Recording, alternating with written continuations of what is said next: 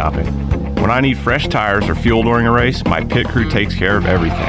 Off the track, I have an auto owner's independent agent. They handle all my insurance in one place: car, home, life, and business. Get your own pit crew and find a local agency with auto owner's insurance. This is Brian Smith with Town Insurance in Greenville. Call me today at 756-8300. Go Pirates! Do you ever talk to yourself about where to eat today, and then you hear Warren's Hot Dogs? Then you're thinking, yeah, 2 hot dogs, chips, and a drink for only $6.25 would be awesome. Warren's Hot Dogs. And maybe some homemade lemonade, perhaps a pizza or a sub, and definitely an apple or peach turnover. Warren's Hot Dogs. Don't overthink where to eat today. Go to Warren's Hot Dogs in Greenville across from Ron Ayers, or in Chocowinity next to the fire station. Warren's Hot Dogs, serving the Pirate Nation since 1991. Go Pirates! Here with Christy Conway today from ENC Pirate Realty, and you guys are more than real estate agents. That's right. We also provide property management services for rental properties. We have found that rental property owners have difficulty managing their rental properties effectively. We can provide full-service property management to those owners to include advertising their homes for rent, tenant screening, rent collections, and maintenance coordination. If you have real estate or property management questions, contact us at encpiraterealty.com. Go Pirates! This is Pirate Radio, WGHB Farmville, 1250 and 92.7 FM Greenville, WDLX Washington, 930 and 104.1 FM Washington.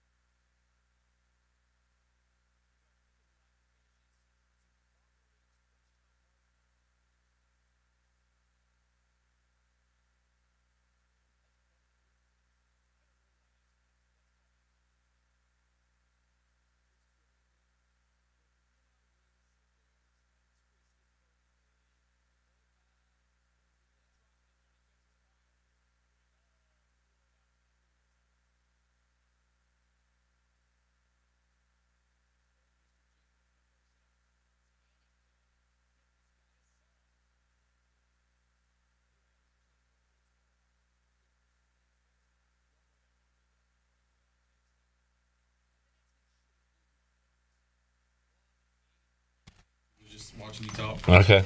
Yeah, we were talking about the Orioles. Yeah. Real talk right there. All right. We are live with Dixon Williams. Of course, Pirate Radio Live coming up about an hour from now at 3 o'clock, where we'll talk to Jacob Jenkins Coward, Blake Harrell, Brian Bailey, Ellerby. But Dixon joining us here while he's got a few minutes, and we'll talk about the great weekend that was East Carolina taking the series from North Carolina. And Dixon, yesterday I was thinking, is this a top 5 game at Clark LeClaire Stadium all time? And I think so. You've been around here a while, so you've witnessed a few. But how about playing in that game? Did you feel like you were in a classic? Oh, yeah, definitely. I'm sitting back after the game and just thinking about it. I was like, that is by far the craziest game I think I've ever been a part of. It was just a heavyweight boxing fight. We were both going back and forth, and I was just like, man, it didn't seem like anybody was going to take away the game at any point. Felt like whoever was home was going to win to me, and glad you guys. Yeah, exactly. We finally got the home court advantage. I think we lost the coin toss on Saturday. And Friday, they obviously get to be the home team, so it was definitely nice to be home and have the Pirate fans behind us. Good deal, and man, great way to cap off a fantastic weekend. A lot of people saw some live baseball in Chapel Hill. Fayetteville, I understand, was an awesome crowd too. And then yesterday, and Dixon being at Conley, you've played in some big games and big crowds, but anything to compare with yesterday? No, not at all. This weekend was just the craziest three game stretch, really. I mean, I think we had 6,000 at every single game. Maybe Carolina was a little bit less, but the attendance was crazy at every game, and it was awesome. I posted a picture yesterday of you and Matthew Mateus, your old Conley teammate, here in the Pirate Radio studios from years ago, and was hoping we would get that matchup. I guess Friday he went in, right? And yeah, he went in right after I'd gotten out the inning previous, and then he came out in the 8th, and then the 9th is when I ended up hitting again. So I missed him by inning. And then you got him on Sunday and made some contact. They got the out, but what was that like when you're up there facing your old buddy? Yeah, it was cool. I was sitting on deck. I was like, all right, I should probably acknowledge him, like give him a little smile, and then I got in the box and completely forgot about it. So it was no hard feelings there, but I think it was an awesome matchup, and I'd say it was a win-win. I mean, I know he won a little bit more, but caught a good barrel, so we'll take it. You did. And we're able to close the game out on Saturday. How about the play to end it in Fayetteville? Yeah, the dude hit one down the line, foul, and then I was like, we pretty much called the same pitch. I was like, he's probably going to hit it pretty close right here again, and sure enough, he did, and just was trying to keep it in front. Definitely didn't want it going down the line, so glad to make the catch. Hope to talk to DB later this week. I think he's going to drop by, but gave up the bomb, and it was indeed a bomb. I actually texted with Danny Friday night and told him that Tom Brady threw 212 interceptions. I said, Danny, Tom Brady threw 212 interceptions, and people think he's the greatest ever. So just think about that. And I said, can't wait to see you bounce back. His number gets called the next day in a high pressure situation and able to get the out. But I mean, that's the story of you guys. That's being an athlete, right? You gotta come back, be ready. No, 100%. That's just baseball. I mean, you're gonna fail a lot of times, and when your name's called again, you're ready to go. And we have full faith in Danny Beal every time he comes out of the pen. And that goes for everybody in this bullpen. I'm telling people to kind of chill out on the bullpen. I don't think you're going to see as many lineups as good as Campbell and North Carolina the rest of the way. So I'm excited to see this young bullpen, and then with Danny and Wyatt, the upperclassmen guys. I think it's going to be fine as we go throughout the year. Saw the DiLorenzo kid come in, look pretty good yesterday. Yeah, he's had a great fall, and I don't think you should be the first to jump on the bullpen. I think that's a tough weekend to come in, and it's hard to follow up the starters as obviously they were very dominant. So you don't see that very often. So I think the bullpen's fine, and luckily everybody got a taste of that top 10, top 15 matchup. So and look at what you guys did against the top 15 bullpen. Right. So you face tough hitters. It doesn't matter who you got throwing. Man, it almost felt like Trey went out there Friday and was like, all right, this is what I got. What you going to do? And then Zach Root comes out Saturday and almost one-ups him. And then Jake Hunter comes out and one-ups both. I mean, it was incredible. it's unreal. I was playing defense, and I was like, you're just sitting out there like, this is nuts. Like, these guys are just dominating. And we're very fortunate to have those 3 guys in the starting rotation. They do a great job every time they go out. And it's really the pace, honestly. Like, you're sitting out there, you're 10-minute innings, really less than that, honestly, at times. They're really quick, really efficient. But, like I said, very fortunate to have those guys. Get in and get out. Talking to Dixon Williams, Pirates coming off a series victory over North Carolina. Dixon, what was you talk about dealing with failure, and that's baseball, and you got to bounce right back. After 2 straight losses, one to Campbell and then one to North Carolina, like, is there any kind of, I don't know, team meeting, or you guys talk, or you just business as usual for you guys? Yeah, I mean, obviously there's a little bit of thought process behind it, because we're sitting there like, hey guys, we're a really, really good team. We lost by 1 run, and really, when you go back and look at it, it was all like we were hurting ourselves, giving away free 90s. Obviously in the Carolina game, we have some sun problems. We hit a lot of balls hard, just right at guys. And so you just kind of look at it like, hey, we got to keep executing, and we got to really hone in on the small details to get us over that 1-run hump. And came back on Saturday, and bats got going, and of course you got that great pitching from Root, and picked up the win there. Old Dominion coming up next for you guys, and little midweek trip here, just like you had last Tuesday. You ready for that one coming up on Tuesday? Yeah, very ready. I think the guys are ready to go, and we know that every game's important, so that way we can have that atmosphere we had yesterday late in the season. Exactly. You want to get those games here in Greenville postseason rather than in Charlottesville or another destination. And then the Keith LeClaire Classic coming up this weekend. Being a Pirate, wearing that uniform, and being able to wear that 23, Dixon, for the LeClaire Classic. What does that mean to you as a player? Yeah, it's always a special time of the year, and we get to bring out those jerseys, and everybody's just excited for it. No school, so that's very exciting. And then no school in baseball, so. Does it give you a regional preview feel playing different teams like that rather than one team all series? I think so, because you just got to get used to different play styles, especially with Purdue, and then we got some West Coast teams over there. Like, not everybody plays the same, and we just got to get used to that. Do you have a preference? Would you rather see the same team 3 times, or do you like mixing it up like this? I like playing different opponents. I think it's cool when you face teams that you've never played before. I honestly like going new places too when we travel. I'm not opposed to it.